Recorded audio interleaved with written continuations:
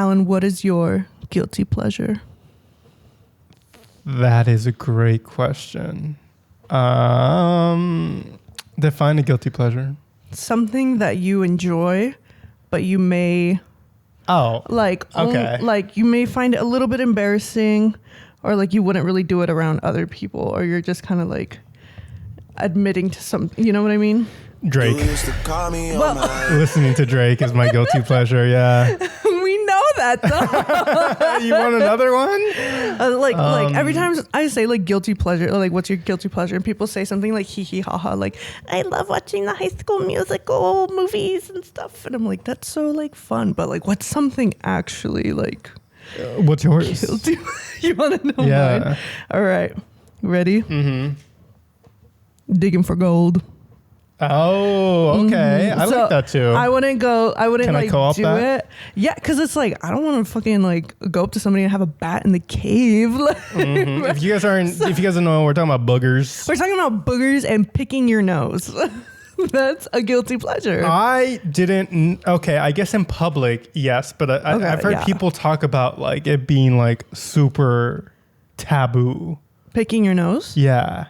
Well, yeah, because everybody's like, ew, but it's like, you have obviously in public, but I think I've heard people say that it's just like, you shouldn't even do it like in general. Ew, then like, what do you like? I guess you can get those like kid, like the squeezy like ones. A fucking turkey baster. Yeah, like the turkey baster for your nose. That's my guilty pleasure. That's a good one. Fuck, okay.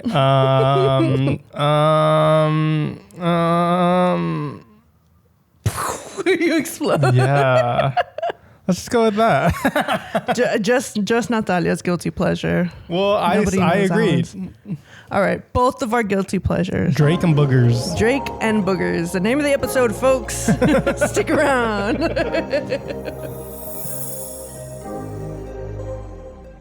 Hello, everybody, and welcome back to another episode of Hand Me Down Podcast. We're your hosts. My name's Natalia. And I'm Alan. And thank you so very much for joining us for yet another episode 34. Wow. 34 episodes, a little bit more than 2 years, I think.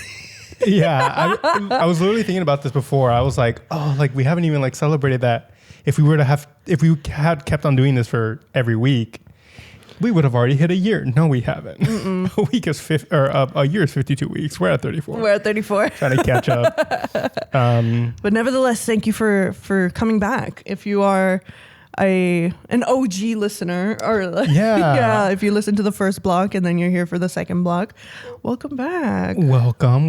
We've also just been getting comments on Spotify. Mm-hmm. So that's shout out to if you have commented so far. Yeah. Shout out. Like I was telling Natalia, I'm like, I feel like before we took a break, the most amount of comments that we got was like one on Spotify. And now since we've been back, we've gotten like a handful, four to five. Yeah. And we appreciate that. And it's weird because it's usually not the place where I would expect comments. Mm-hmm. I would expect comments on YouTube. So it's interesting. And we hear you guys and we love it and keep them coming. Please comment, guys. It makes us feel like we're actually like speaking to someone.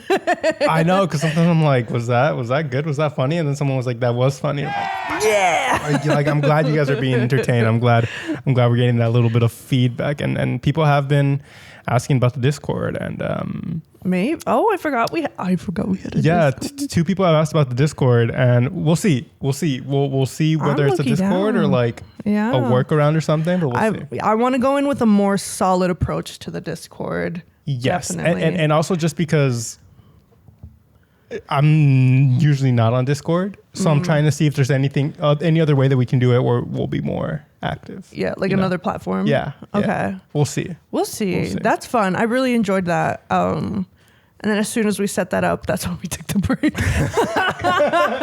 Sorry, abandoned you guys. Sorry. But yeah, speaking of like feedback and stuff, like I would like to formally apologize for episode 32 and it being out of focus. I think it bothered me a little bit more than it should have as I saw like the clips come up. Is because in my eyes, first of all, I don't know what happened. I'm the one that sets up the camera. I make sure it's in focus. We sit down. That whole episode was out of focus. And when I was making the clips for that one, because I edited that week, or I edited some of them, I added like a little bit of sharpening, just a little bit. And then when it was posted on social media, it looked insanely sharpened, like digitally sharpened. And it just made us look like AI. And I hated that. I was like, we look like AI. It's so stupid. AI can't copy this brain right here. They can't copy. But it just looked so atrocious. And I'm so sorry. Don't beat yourself up about it. I take care of the audio and I fucked up once. And Natalia took care of the camera. It's okay. We all have one mistake. But next time it happens, one of us gets fired. Next time it happens. She got new glasses. I did. To make sure it doesn't happen again. Yeah, because my other glasses, that prescription was like, long gone. You're ready. You're ready for whatever ready now. So if anything's out of focus anymore, I'm fired, and you guys will get. And if you're an audio listener, you didn't even notice. You didn't even notice. So you know what? Maybe I just told on myself. If you're like strictly audio, but hey, we make mistakes. We do. But with that being said, we got a great episode for you today. First of all, happy Dia de los Muertos is going to be on that day. Yeah, if you notice if you're watching on YouTube, you notice that our background is just a little bit different. Yeah. Just, at a little pop for the Teen Vogue party. We're going to continue that joke. A little bit of orange. A little bit of orange going on here.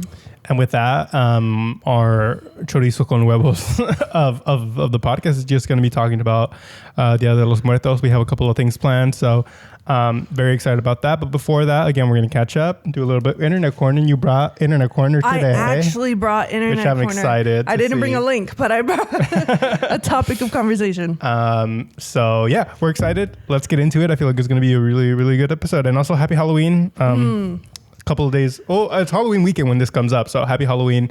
I'm sorry we didn't dress. We're a little bit strapped for cash right now. Yeah. But next year. Yeah, next year we'll definitely go all in. But yeah, hope you guys had some spooky times and are gonna enjoy this Dia de los Muertos episode.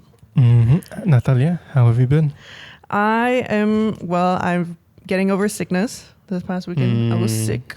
Some might say a sick ass foo. But I was sick, don't know exactly what it was, but it was just like crazy sinuses. I think you could definitely hear kind of like the aftermath in my voice right now, but I'm way better than I was literally even yesterday or 2 days ago.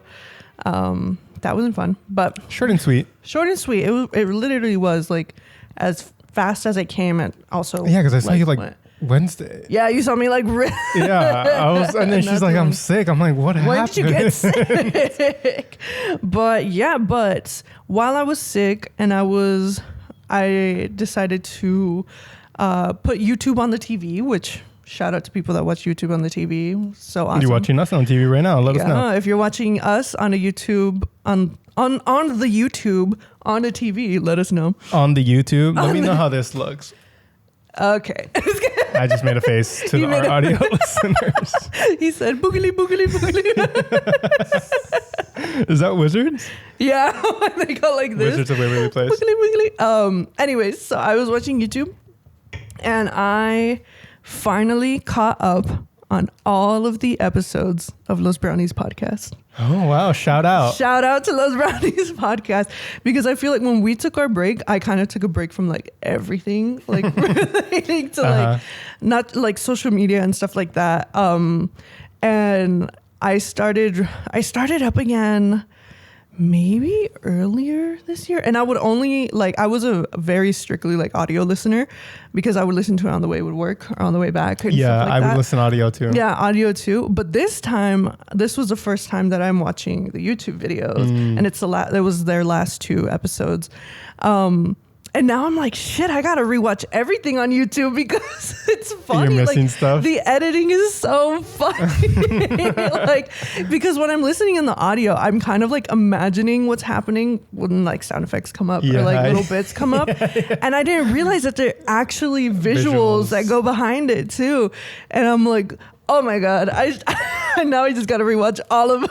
Yeah, I remember watching one episode and I was also listening to one episode, and then I was also like, what's going on? Yeah, it just makes me so curious as to like what's going on. But shout out to Los Brownies. It's been so awesome watching them like grow, because they started a little bit before we started the podcast.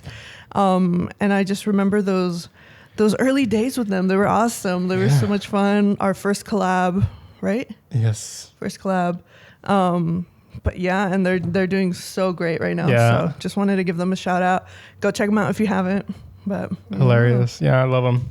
Love those brownies. Mm-hmm. But other than that, I've also been, I dumbified my smartphone. You have already? I have already. Okay. What does that mean? So for those of you who don't know what a dumb phone is, it's essentially the opposite of a smartphone. Mm-hmm.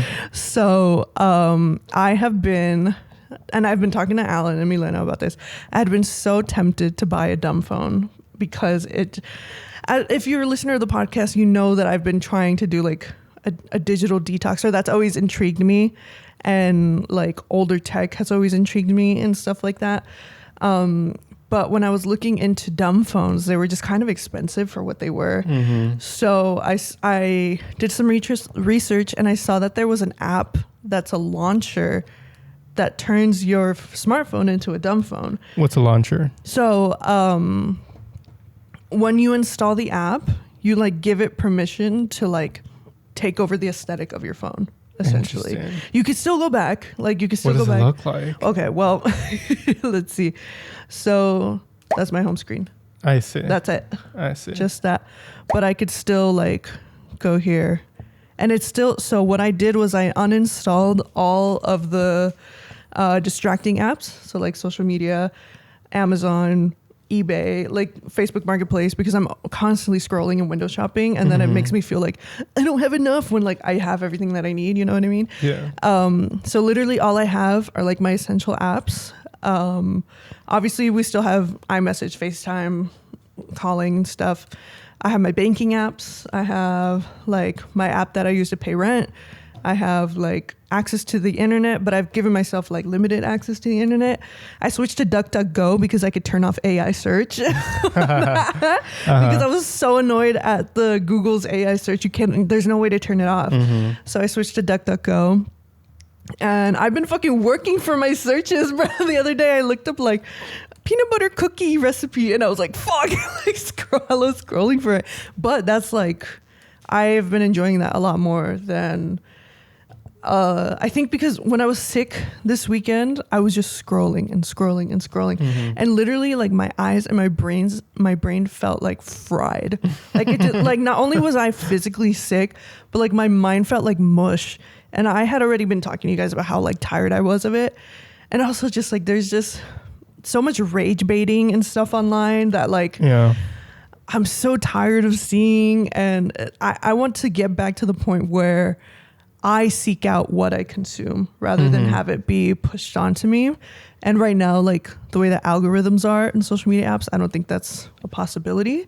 But I'm just kind of like, all right, let me just like detach for a bit.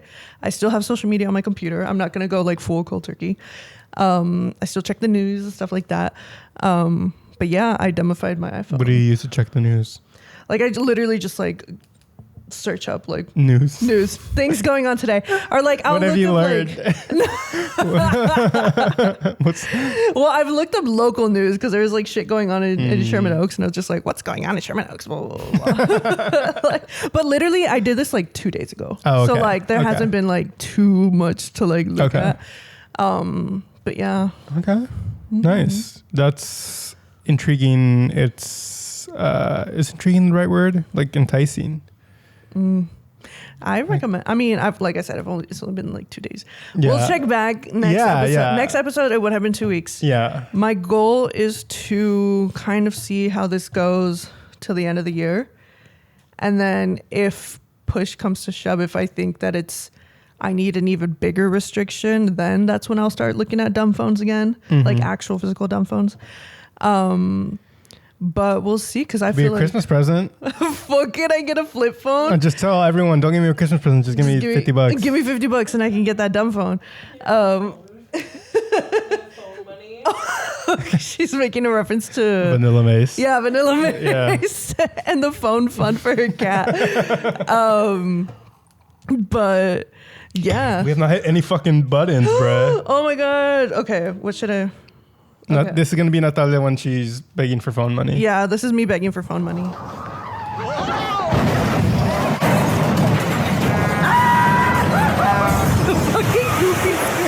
Let's hope that's not you. I'm just like, please don't. Maybe that's what it feels like. Okay, that's what it feels like. That's what it feels like to be on the fucking internet when everybody's rage baiting you. Fuck, dude. But anyway, so that was my spiel. Yeah, we'll see how I feel. I want to get my time back because I would love to try a dumb phone. Without having to purchase a dumb phone? Yes. Yeah. Yes. Right. Yeah. Without having to spend the money on it. So any startup dumb phone companies that are watching sponsor us? Please no, sponsor. yeah, like look at our anti-technology videos. Yes. Just send it over. We'll do we should reach out, low key. Fuck it. Yeah. I'm down. Okay. Well, I'll put that on my agenda. But that's how I've been. How have you been, Alan? I've been chilling. I was doing some man stuff last weekend. I was like replacing a battery on the car with my bare hands and tools and stuff. So this car had the battery in the back, like in the trunk. So it was just like interesting to get to. So that made it a little bit difficult, but I was like, this is easy peasy. Did your hands look like these so hers can look like that? Yeah, they did. Really? They were because I was touching all types of dirty shit like in the garage. I feel like I would hate that. I'd be like, my nails. I did have to get like a toothpick and go like take clean them out. Of my, yeah. I also didn't like it, but it like I feel like I can deal with like a dry dirt on my hands. I hate when they're like wet, like dirty, like mud or like an oil or something. Yeah, I hate oil on my skin. But that was me. I was lucky enough to be able to enter the lottery to get tickets to the World Cup in LA next year. So that was really cool. I don't think I updated that. That happened like almost like 3-4 weeks now. At this point, he told me. The Dodgers at this point in time are going to the World Series. Shout out, but also it's very conflicting because the Dodgers are not in. I have not been supporting the Dodgers this whole season.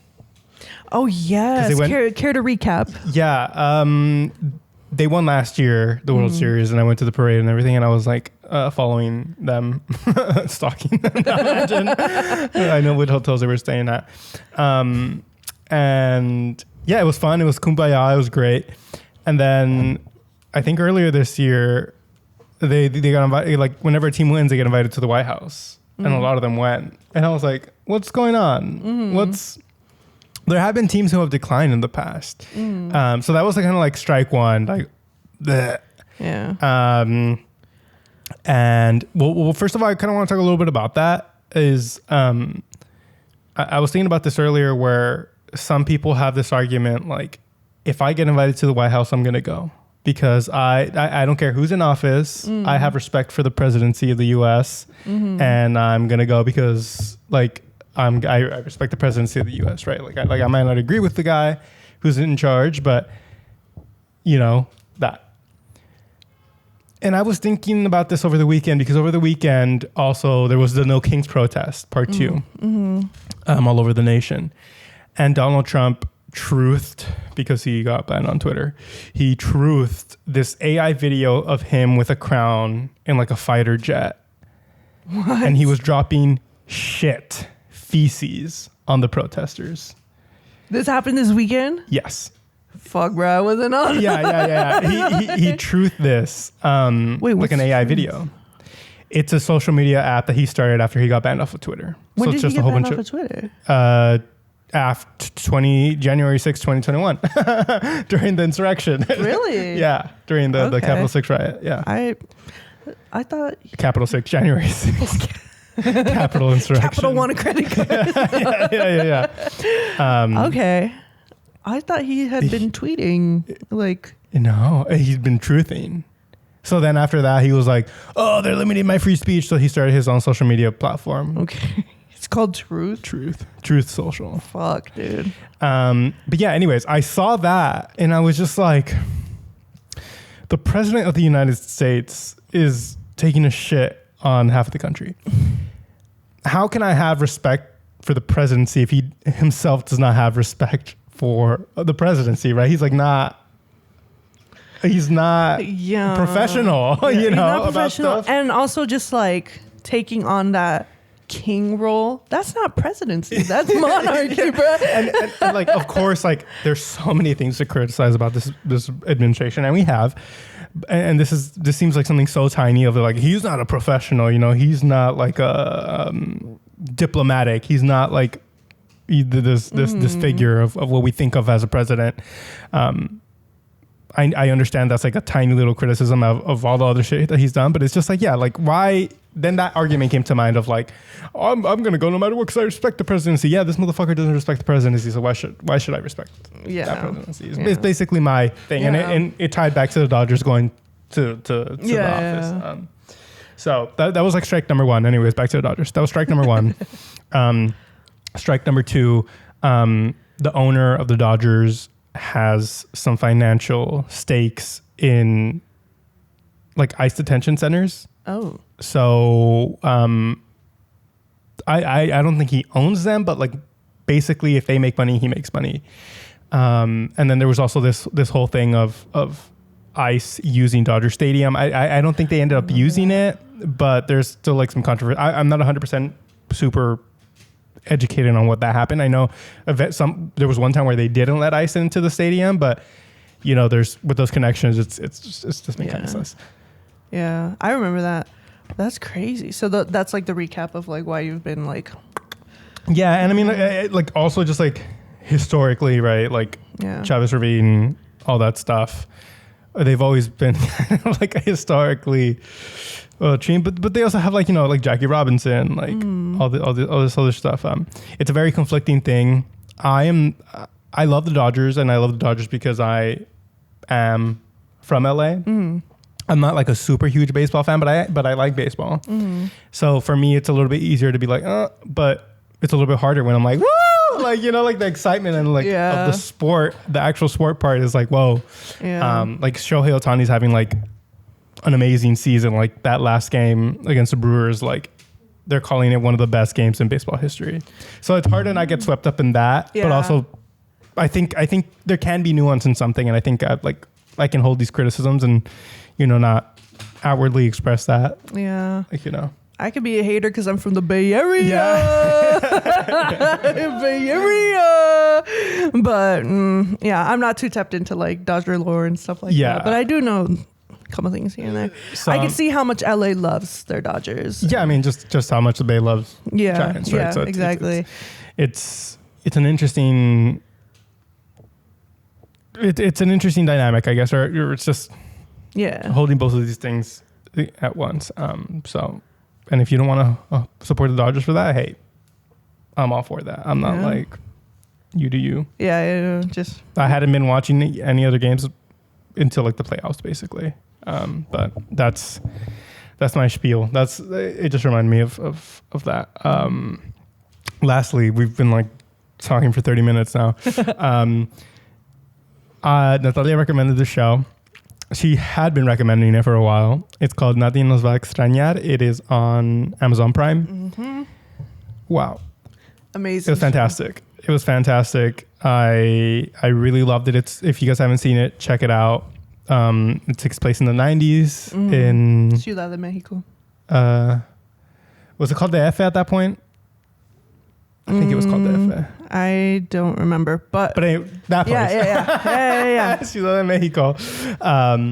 It takes place in the 90s, follows some high schoolers. It's really well done.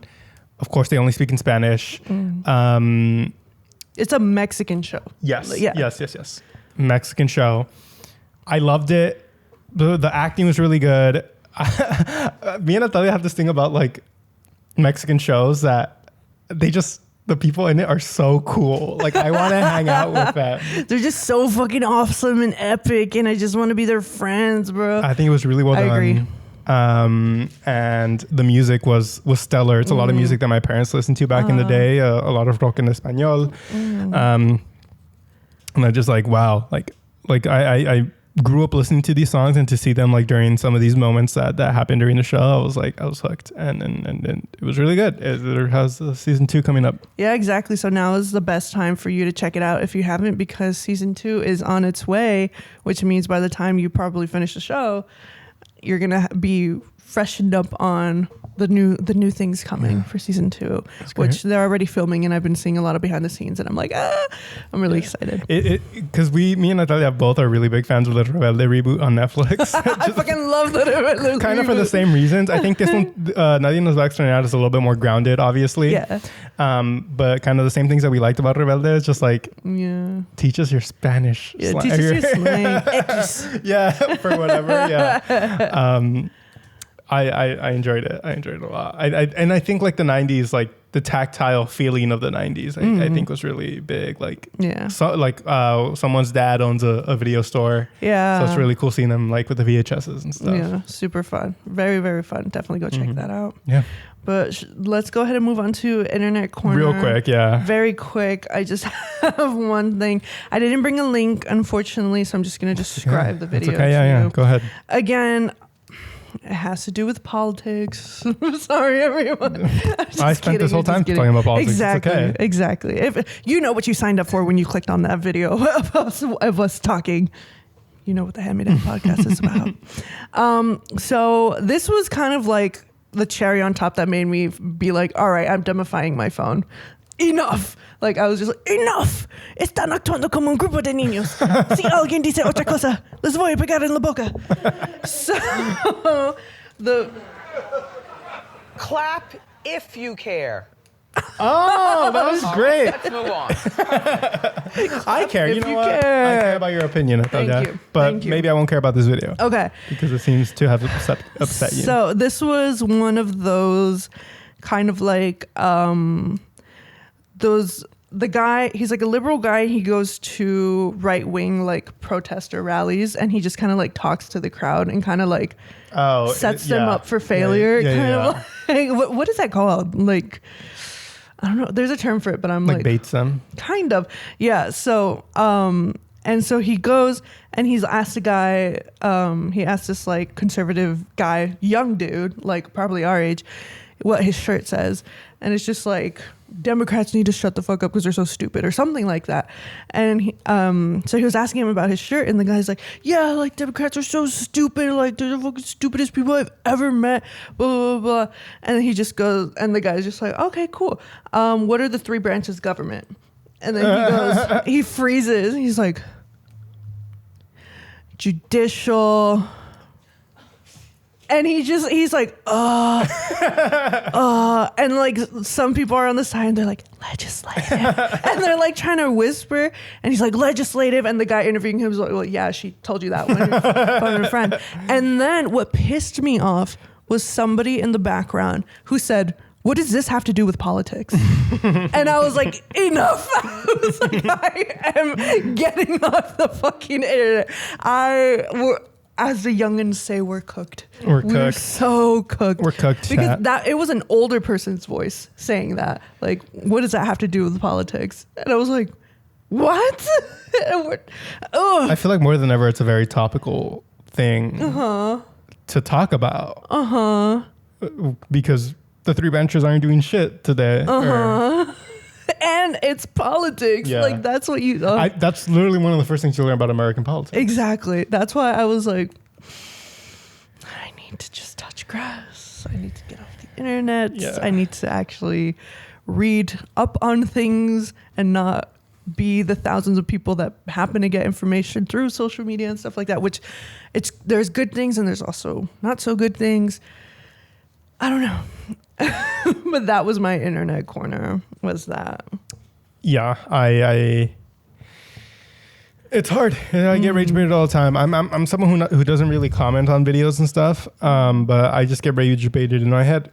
That would have been, yeah. Alan, we are so fucked. That was good. That was good. Yeah. We are so fucked. We are so We literally are, bro. Oh my God. Yeah. I was very sad after watching that. I was like, okay. Well, I was going to say on a lighter mood, but this is not a lighter mood. Whoa, what's yours? Have you heard of the TikToker Steve Bridges? Mm-mm. Let me see. Let me pull this up and maybe you'll recognize him. Steve Bridges? I wouldn't have known his name. Bridgers? I know this guy's TikToks, but I wouldn't have known his name. Okay, what's going on? Wait.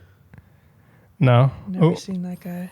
He does like sketch comedy. He a lot of the times he plays like a loser. And do you want to hear this?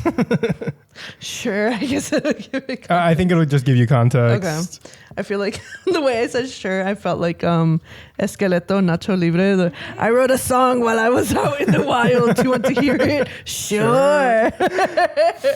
Okay, so I'm gonna play it. No. Okay, yeah. Cause see, I'm home now, dog. Brindley, not Nightmare Before Christmas, dog. We decided we're gonna be Joker and Harley Quinn again, fuh. Why do all females love Nightmare Before Christmas? He just does like hey, Brindley, can I get some fake blood? This one isn't that bad. I don't know what I would do with it, but fake blood's tight, dog.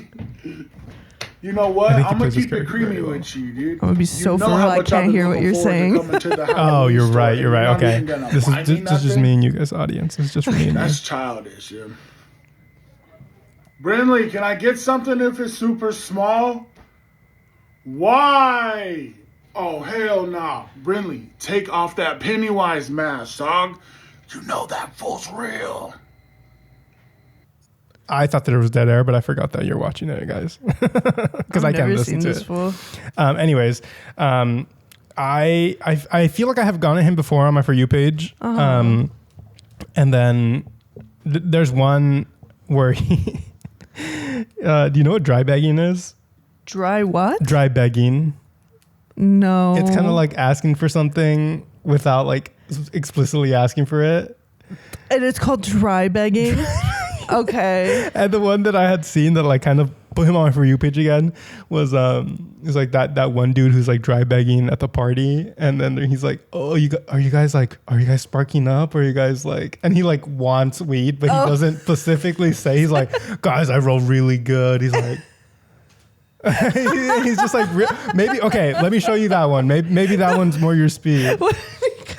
Me and my sisters would always make fun of my little sister who used to do that when we were kids. I kid you not. If my sisters or my cousins are watching right now, please comment down below that you made it to this point, because we always make fun of my little sister by going, I wish I had a cookie. Yeah. Like I wish I had something like sweet right now. Yeah. So he's a person who I maybe saw. I don't think he coined it, but like he does a lot of those where it's like that one fool who's like dry begging for. Okay. And this one was weed. Anyways, I really like his content. He passed away. What? He passed away at the age of 41. Really? In his sleep. Yeah. And I told you, like, I probably got that video maybe like a month ago, and I just kept on getting his TikToks and like seeing him, and I was on the toilet when I found out. No, not in the middle of the spooky dookie. We are so fucked. And I was just like, damn, bro, like it's just crazy. It's just crazy to think about. So anyways, his wife posted a video letting everybody know, and a whole bunch of comedians were like, oh damn, like we lost a good one today. So I just want to say shout out to his family. You know, I know it's not easy. And yeah, he had a catchphrase, keep it creamy. In that character, he would just be like, I'm gonna keep it creamy with you. I'm gonna keep it creamy with you. So we're gonna keep it creamy this podcast in honor of him. We're gonna keep this episode creamy. I was gonna make a fucked up joke. Never mind. No. I was gonna say, let's put him on the altar. No, that's not fucked up. Let's do it. I'll put keep it creamy on the altar. Keep it creamy on the altar. But yeah, that was like TikTok that I was like, oh my god, that sucks. He had a lot of followers, and I know a lot of people miss him. Rest in peace. Yeah, which kind of like Speaking of that, let's move into the Dia de los Muertos part of the episode. Mama, may I have cookie? No, Diabito. Roll back to kitchen. Have you heard that? No, You've never heard Mama Can I that Have was perfect. That sounded like Mama Coco, and we're talking about chocolate chip cookies. Who was it? Isn't it Family Guy? It's Family and it's like this kid literally rolls into the kitchen. And he's like, Mama, can I have cookie? She's like, no, Diabito, roll back to the kitchen. I thought they were making fun of Coco. And people were like putting that audio with like their cats. Alan thought this was Mama, Coco. may I have cookie? No, Diabito. Roll back to kitchen. Does it not sound? Let me know, guys. Was I right? Does that sound like, no, Mama Coco's, my papa used to sing me that song. Everybody, let's do our best Coco impressions. Hector! I had a yeah, she's really talk. Yeah. No, just like the movie. I used to run like this, and now I run like this, and now I'm way faster. Something like that. You got to do the voice. A deep cut. I was doing the voice. Wait. Okay. Let me. Let me think. Never mind. Hector, let me know how much that sounded like Miguel in the comments below.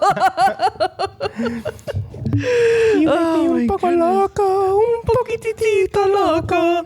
The way you kiss me, getting blessing. Speaking of Dia de los Muertos. Well, like, yeah, we are. Yeah, we kind of put you in that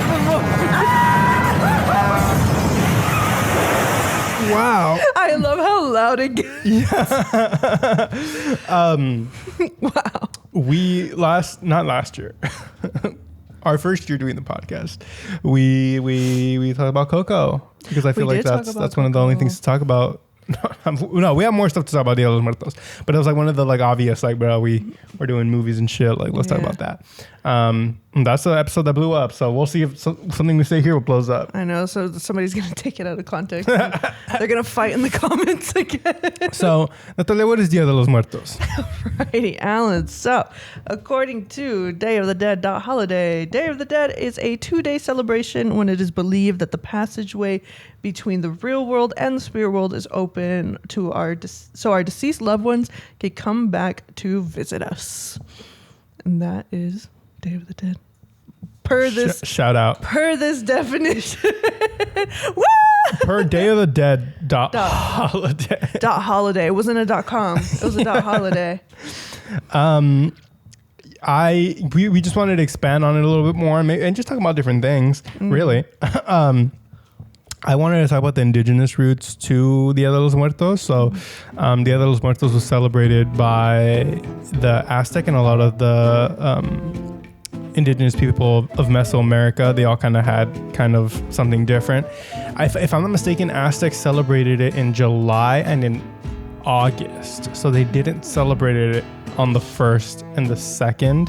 It was actually once they were colonized, or the indigenous people were colonized by Spain.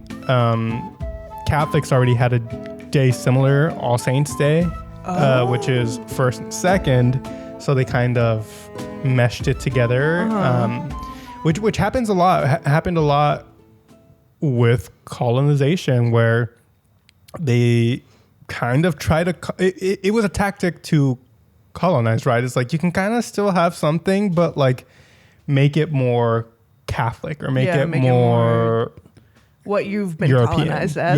Yeah.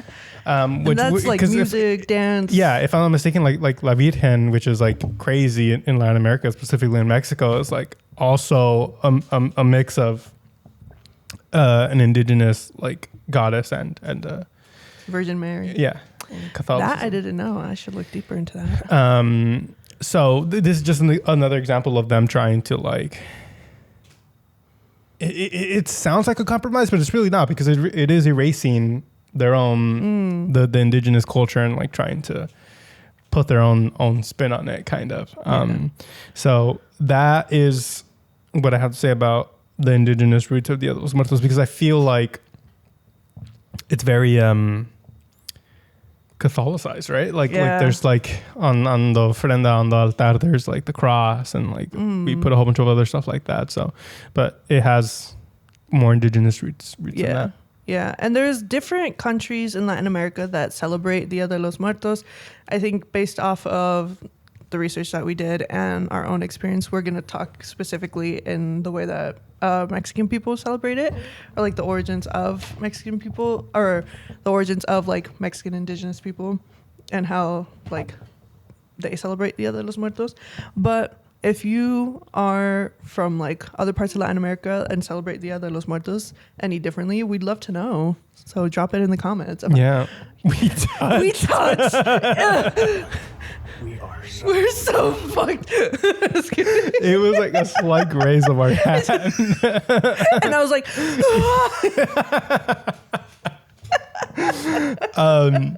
one of the things that I want to talk about, which there was a lot of information about this specific thing, so I was like, okay, interesting. Like a lot of the websites that I went to were like had a little short snippet about this, but like one of the really big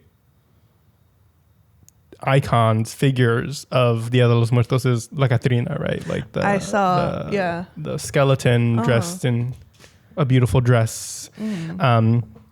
So it's sort of recent, within, well, not the last 100 years, sort of. There was a graphic artist called Jose Guadalupe Posada, and he did a lot of graphic illustrations using skeletons. He did a lot to kind of make fun of the elites in Mexico. And if you're thinking about this time, I think this was around early 1900s, 1910s.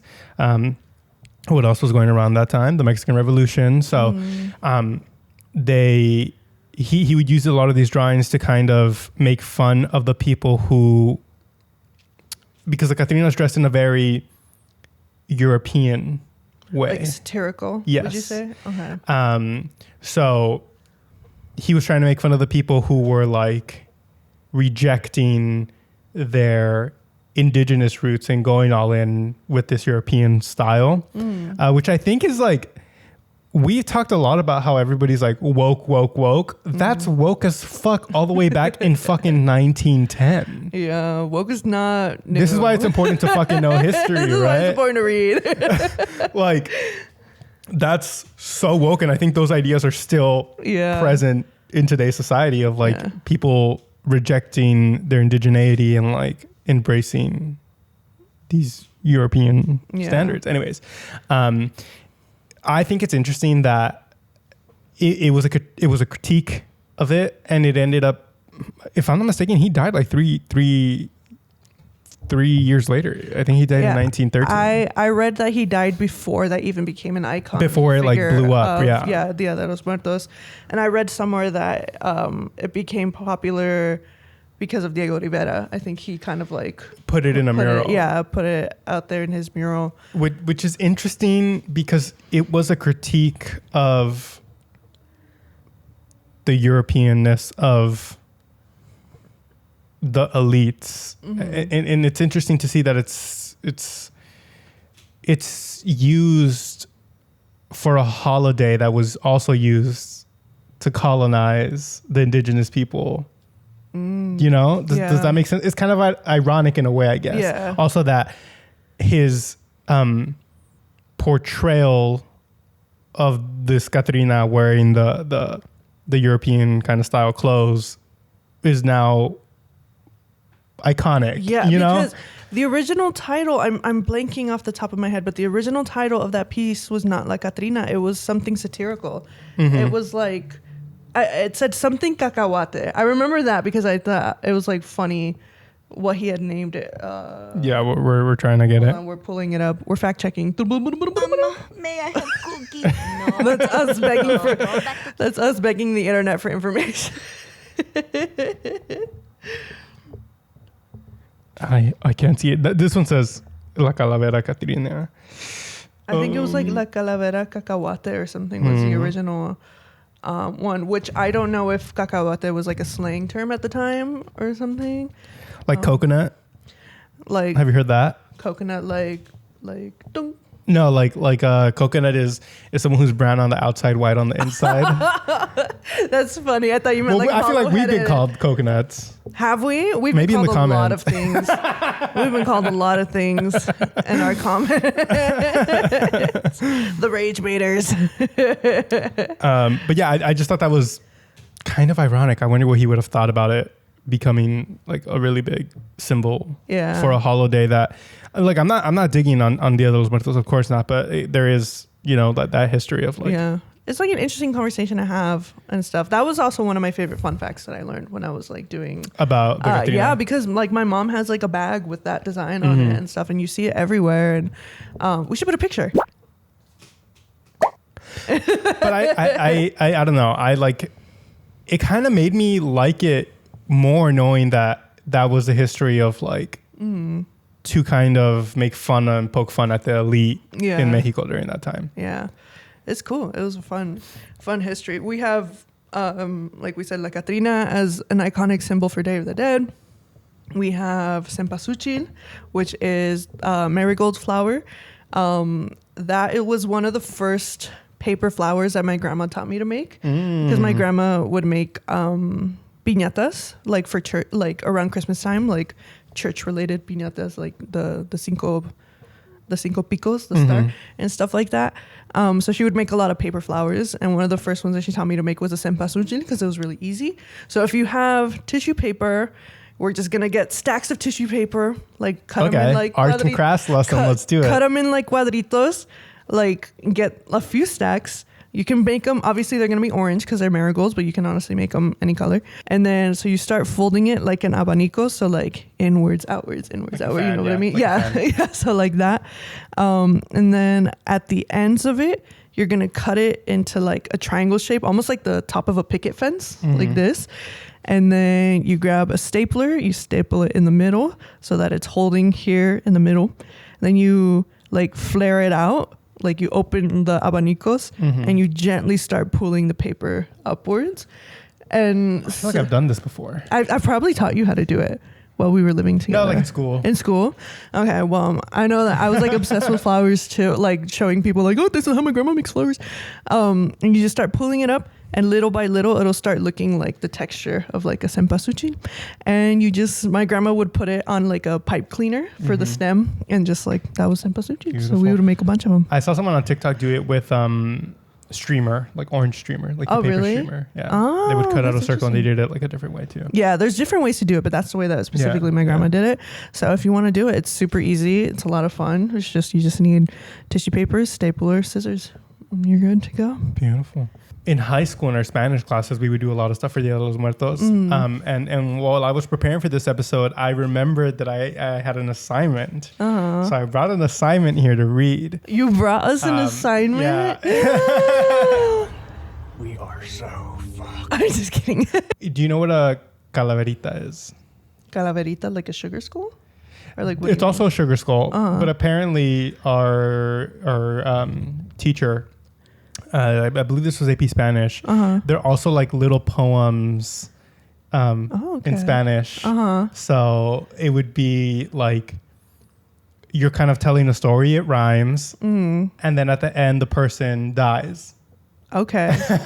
which sounds crazy. Tragic ending. Yeah, but it's like supposed to be like funny, like okay. Like and at the end has a very specific thing. You're supposed to say like Catrina, La Flaca. You know how she has like different names. Calaca, I think, is one of her names as well. And because I remember I did one, and I picked it up and I was like, oh, I think the assignment was to do one about a teacher. Oh. Should we throw you a sick beat? You said it rhymes, right? I don't know. You don't want to rap it? Okay, oh fine. my God, you have a cameo. Me? Yeah. What do you mean I have a cameo? You didn't know me in high school. You'll see. Oh shit. Okay. He hid the lyrics from me, or not the lyrics. What's that called? The verse? I don't know. Okay. Poetry. Okay. Take it away, Alan. Okay. Let's see. But can you at least say it like if you were doing slam poetry? Can we do that bit? Okay. Yeah. El señor Ibarra con su pelo bien delgado. That's my cameo. Last name reveal. Okay, continue. Señor Ibarra con su pelo bien delgado. Cynthia. Nada que ver con su pelo del pasado. Okay. Ahora con sus nuevos juguetes estaba bien volado. Siempre estresado y nunca relajado. Okay. Just those you're wearing. Hey, I was in 12th grade. I was a little baby. I was 18 years old.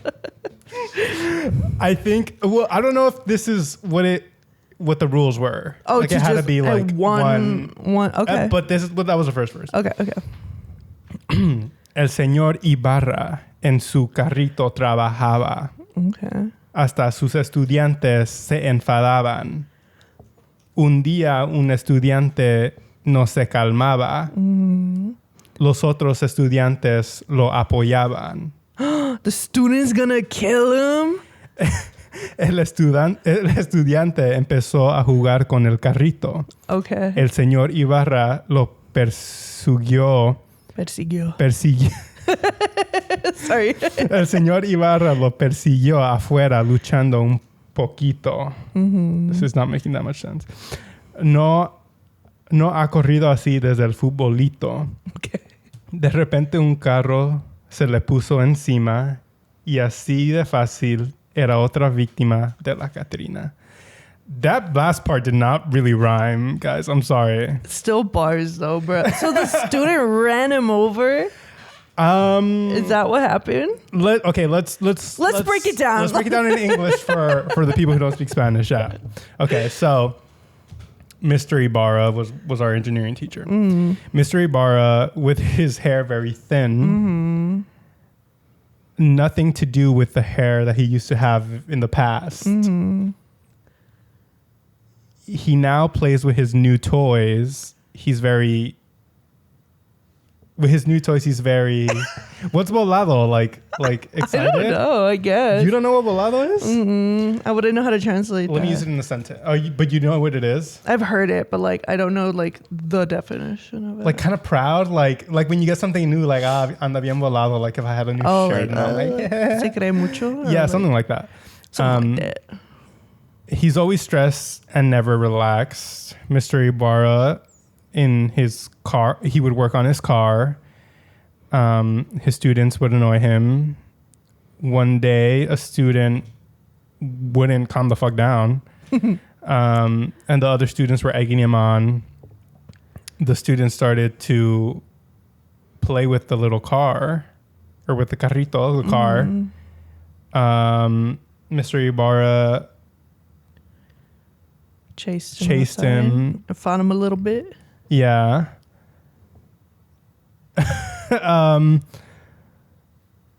He hasn't run like that since he played soccer.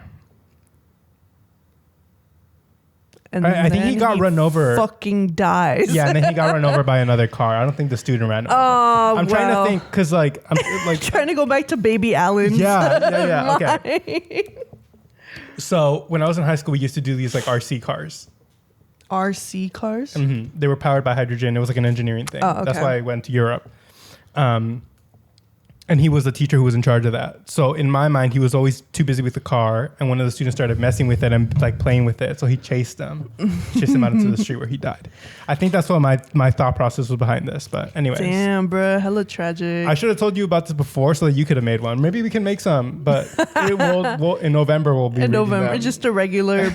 we'll have a poetry slam episode where Alan and I go head to head. But I remember having a lot of fun our poems. This. I loved writing poems in high school. I fucking wrote some banger ass poems. But anyway, episode idea. I'm gonna write it down. You're gonna read us some of your old poetry.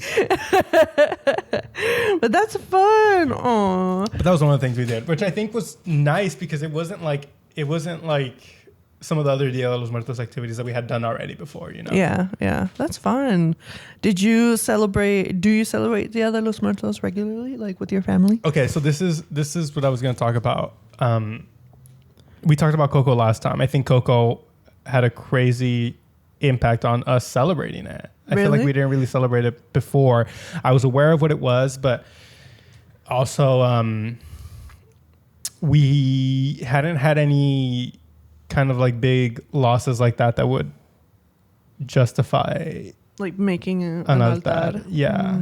I think the first big loss was my dad's mom in 2012. Oh, okay. But he was kind of emo about it. He didn't kind of want to put a he was emo. You know how men are, right? Yeah. So he kind of didn't want to. And then over the past 2 years, my family has suffered quite some losses. So now it's come back kind of like in a big way where I'm actually putting up a big one in my backyard. So it'll be there and it'll look nice. That's why I have the orange. We would have had orange. Yeah. Shout out to the altar. It's gonna look nice. But did you? We and my family, we had an altar up kind of all year round, but not in the traditional like Dia de los Muertos. There was no steps. Like, there's different steps when you set up an altar. There was no food, obviously, because we had a dog and he would fuck that shit up. But it was just photos of family members who had passed away. Was it exclusively that? It wasn't. Well, that was like the main theme of like that little, because it was literally just like almost like a dresser, because like we would keep like the batteries and shit. Yeah. Like a little drawer, like drawer. Yeah, but it was like for the most part, it was pictures of people who had passed, prayers, like printed out prayer verses, poems that people would write, just very like angel theme, like kind of like, you know what I mean? Like, yeah. So, and we would have like toys or something that did belong to the person that passed away. But that was up all year round. And when Dia de los Muertos came, we never really decked it out either. Yeah. So I don't think we would I wouldn't say that I celebrated it the way that it is known to be celebrated. I would love to go to Mexico one year and celebrate it. My cousin's going to Mexico. Really? Yeah, for it. Mexico City. Lucky.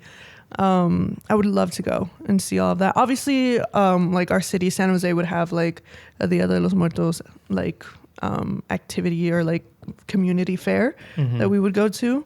We get face painted, stuff like that. I saw a lot of people talking about how in the advent of Coco, the past few years, it's been more commercialized, which kind of, but I think it's nice seeing, if anything is going to be commercialized. I mean, again, I don't want it to be like crazy, but it's nice for people to like it's something I didn't really do. And I think because of Coco, I learned also a lot, right? Like about my own culture. So I was just like, that's cool. Yeah, because growing up, my sisters were always in Folklorico, and they would always have like a Dia de los Muertos event. So we grew up going to those. But yeah, I mean, I know a lot of people who may not have like Mexican or Latin American backgrounds who like initially were freaked out by Day of the Dead, and they were just kind of like, like, oh, why would you guys want to open up for the deceased to come, So people that didn't understand it, but the more that they looked into it, the more they were just like, wow, this is actually a beautiful holiday in which you feel very connected to your loved ones who have passed. And I think that's cool that people get to learn about it. And like, I know my boss was one of those people that was like, oh, I celebrated it for the first time last year, and it was like overwhelmingly like beautiful. Like it was really nice. And I didn't understand it before, and now it's like one of her favorite things to do. But sheesh. Yeah, I think it's nice. I think this is something until it goes overboard, I'm not gonna be mad with people from other cultures co-opting it. You know? Until I see something really stupid, then if I see something really fucking stupid, then I'm gonna be like, okay, let's enough. Están actuando como un grupo de niños. What was I gonna say? In the U.S., I think it had a big like resurgence before Coco. During the 70s and 80s with the Chicano movement. Mm-hmm. I think that's something where they wanted to feel more connected to the culture, and that was something that they brought, and they like, I think, made it more common, especially like in the Latino communities in the US. But I feel like since then that there wasn't anything else to like kind of revive it or like kind of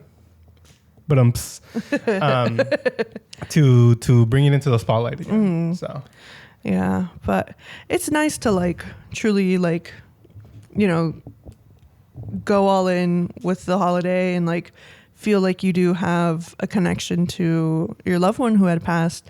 I want to share my ghost story really quick. Yeah, go ahead. All right, really quick.